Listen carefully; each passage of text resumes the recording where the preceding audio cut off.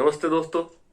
जैसे गन्ना बोने की बात अब शुरू हो रही है, कई लोग कह रहे हैं कि क्या सावधानी बरती जाए गन्ने को बोने से पहले और खासकर बीज को लेके।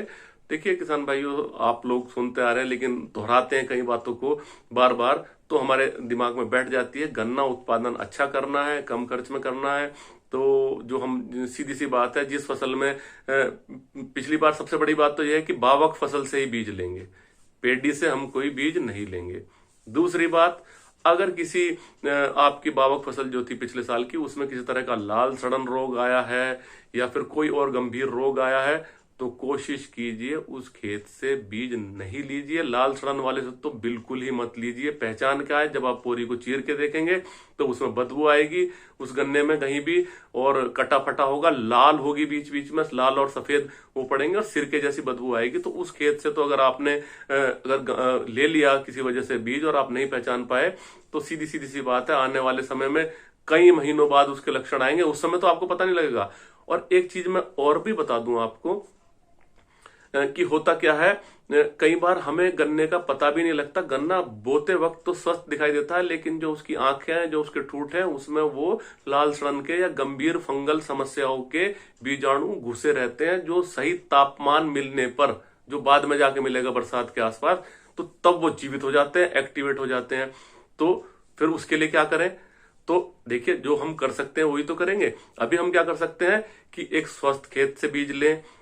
जो हम जिस जिस फसल से हम बीज लेने वाले हैं, उससे करीब करीब हफ्ता 10 दिन पहले उसमें उसकी सिंचाई कर दें, यानी उसमें पानी दे दें और 5-6 किलो बीघे का उसमें यूरिया दे दें।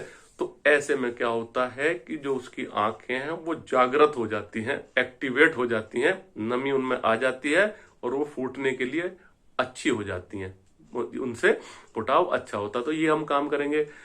बहुत कोशिश ये करें कि ऊपर का जो भाग है, अगर फसल पूरी पकी हुई है तब तो 100% कोशिश करें कि केवल ऊपर का जो भाग है उसका आधा उसी को बीज के लिए उपयुक्त करें। नीचे का आप शायद गुड़ के लिए या किसी भी के लिए इस्तेमाल कर लीजिए। और जो कच्ची फसल है, मान लिया 8-1 महीने की है, तो उसमें और नीचे तक का भी पार्ट ले सकते हैं या पूरा गन्ना भी ले सकते हैं।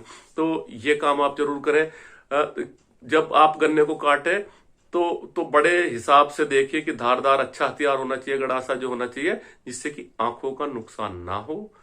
कोई भी आदमी जो चाहे काट रहा है, चाहे वो बोरियों को इस्तेमाल करेगा, वो बिल्कुल देख ले, स्वस्थ आंखों वाले को एक तरफ करे और जो लाल कटा फटा हो दोनों हिस्सों पे, या फिर उसकी आंखें कहीं डैमेज हो, उनको हटा दें। ये सब बिना खर्चे के काम है, लेकिन निश्चित तौर पर उत्पादन इनसे ही बढ़ेगा। तो आप ये काम जरूर करेंगे। और ये तो मैंने बात की आपसे कि जो गन्ना बुआई में बीज को लेके क्या सावधानी होंगी। फिर बीज डालने को लेके जो बात होनी है, उसके लिए मैं निश्चित तौर पे आपसे आगे जरूर बात करूंगा। लेकिन इस काम को आप जरूर कीजिए। बीज डालने से पहले और गन्ना का जो हमने सिलेक्शन किया है बीज का, क्या क्या सावधानी है, इसके बीच में एक बहुत ही जरूरी गन्ने में बात आती है बीज शोधन की। तो बीज शोधन अगर हम नहीं कर रहे हैं किसान भाइयों, तो आप ये जान लीजिए कि एक बार गन्ने बोने के बाद खड़ी फसल में वो 2 साल के लिए या 3 साल के लिए आप उसमें कुछ नहीं कर सकते हैं। तो यही एक मौका है। तो इसमें चाहे परेशानी भी हो, लेकिन हमें बीज शोधन अवश्य करना चाहिए। बीज शोधन पे अगला वीडियो लेके मैं बहुत जल्दी आपके सामने हाजिर होता हूं। जब तक के लिए नमस्कार, जय हिंद।